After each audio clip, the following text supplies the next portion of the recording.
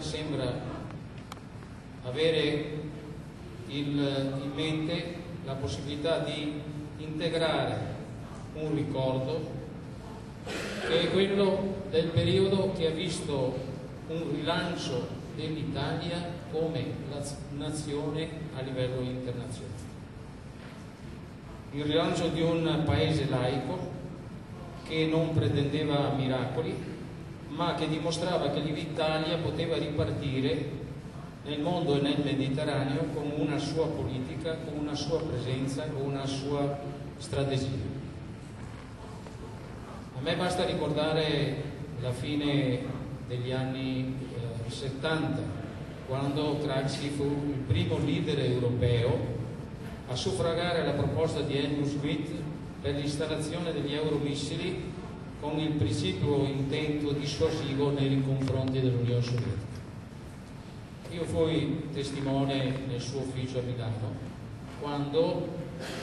avendo lui indirizzato il partito e poi anche le alleate centro-sinistra verso questa direzione, subì la pressione da parte del PC per scalzarlo da segretario e fare segretario del partito allora il compagno Giolitti, che qualche giorno fa ci ha lasciato. Qualcuno ha affermato di recente che il giudizio su Craxi ormai è un giudizio solo storico, però a mio avviso credo che sia soprattutto importante, come dicevano anche i due compagni che hanno parlato prima di me, guardarlo come la necessità di inquadrare i problemi non risolti nell'attuale situazione, compresi anche i problemi che ci riguardano, cioè il ruolo della stampa, il ruolo dell'informazione, la libertà nel settore della stampa e nel settore dell'informazione, l'incapacità anche del centro-sinistra quando è stata al governo di concepire una libertà di stampa e di informazione reale. Ricordare Craxi penso possa servire anche a questo, però credo che per i giovani significhi soprattutto inserire i problemi sui quali lui si è impegnato come problemi non ancora risolti. Un problema di estrema attualità, ne ho appena parlato. Uno degli obiettivi è sempre stato quello di far apprezzare nel mondo l'imprenditoria e l'operatività degli italiani, soprattutto nei settori di avanguardia, pensiamo al Made in Italy. Al contrario, in questi giorni abbiamo visto dei giornali, nonostante la forte presenza di Brunetta che porterà i miliardi in questo spettacolo, nel 2009 il Made in Italy ha avuto un calo tremendo per un disimpegno totale del governo nei riguardi di quello che dovrebbe essere il fiore all'occhiello dell'imprenditoria italiana. Perché se è vero che c'è la crisi, sappiamo benissimo che una percentuale di persone nel mondo consuma più di prima. E siccome noi siamo una particella, dovremmo aver avuto la possibilità di inserirsi in questo discorso. Per non parlare della ricerca scientifica della scuola, dalla realizzazione del Ministero della Ricerca Scientifica durante il periodo di cui parliamo, si è passati alla sua abolizione, al licenziamento di migliaia di ricercatori anche nel settore privato, con lacrime di coccodrillo del Ministro del Lavoro rispetto alle questioni che riguardano anche più di 500 ricercatori nella vicina Verona. Lacrime di coccodrillo perché manca una politica che sia in grado di rassicurare una presenza imprenditoriale che riguarda in modo particolare il futuro di un paese che non può essere secondo. Si è passati poi alla riforma della Gelmini, quindi dalla riforma della scuola pubblica aperta a tutti a una scuola sempre più selettiva e dequalificata. Non posso dimenticare poi il referendum sulla contingenza, accettato solo da una parte dei lavoratori dipendenti allora, avversato dal PC, ma capito dagli italiani. Ricordo inoltre l'impegno di Craxi, questione di questi tempi, di affiancare allo Statuto dei lavoratori uno Statuto dei doveri, ne parlava sempre, trovava difficoltà proprio nella democrazia cristiana, in particolar modo di quelli pubblici, non pensando alle grida manzoniane che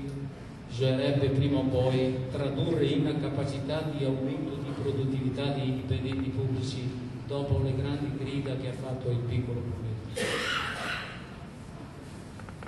Credo che una delle cose sempre di estrema attualità è quella dell'orgoglio di essere italiani. E allora Simonelli, che non è l'amicizia con Putin o Gheddafi, che cancella il ruolo dell'Italia rispetto al ruolo dell'economia di qualche italiano, ma era una politica di serietà e di non abbassare la testa di fronte a una politica internazionale. Alla riscoperta del valore dell'Ino di Mameli, che unisce tutti gli italiani. Io ricordo, perché c'ero a uno dei primi congressi ai quali ho partecipato come delegato, il congresso di Palermo, dove per la prima volta un partito che non fosse il Movimento Sociale ha usato suonare l'Ino d'Italia durante il congresso. Il primo partito, non la Democrazia Cristiana. Personalmente poi posso testimoniare la sensibilità di Craxi verso i problemi di Venezia. La vicenda viene ricordata anche dall'amico Bergamo che ha partecipato a quel periodo. Non ebbe alcun problema Craxi nell'autorizzare il sottoscritto e il compagno Rigo, il compianto compagno Greco, a cambiare la maggioranza del comune da centrosinistra a una maggioranza che portava il governo il PC di Pellicani e il PD di Visentini con sindaco Casellati, quando gli posi il problema che era assurdo allora nel 87 realizzare la cementificazione delle bocche, dei fondali delle bocche, che ancora tutt'oggi non è stata compiuta, prima ancora di risolvere il problema del disinquinamento. Però la fretta di allora, che è la fretta anche di questi giorni per quanto riguarda l'approvazione di leggi con interventi più o meno indispensabili rispetto a catastrofi e altre cose, la fretta di allora, la minoranza allora del partito è riuscita con la mano di Craxi a determinare un blocco. E aggiungo,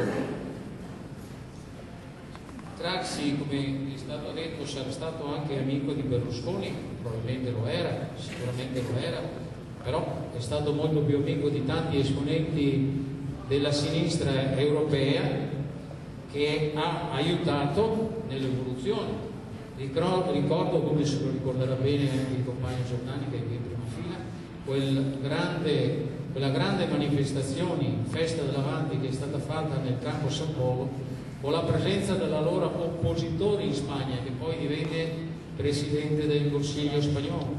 per non parlare del Portogallo, per non parlare della stessa Polonia, per non parlare del Cile. In poche parole si pone il problema di una attualità per risolvere problemi non ancora risolti. E qui allora cosa bisogna dire? Bisogna dire che per rispondere alle esigenze di modernità per un grande paese come l'Italia è necessario il recupero di fiducia di una grossa parte dell'elettorato che per mille motivi vota centrodestra o sta a casa. E per farlo è necessario avere una politica dell'alternanza al centrodestra ancorata su una sinistra, un centro-sinistra, una situazione democratica che abbia fiducia nel futuro, che sia in grado di immettere soprattutto tra i giovani la speranza che un futuro esista, che non può essere che fondato innanzitutto sulla questione del lavoro e sulla questione della libertà. Grazie.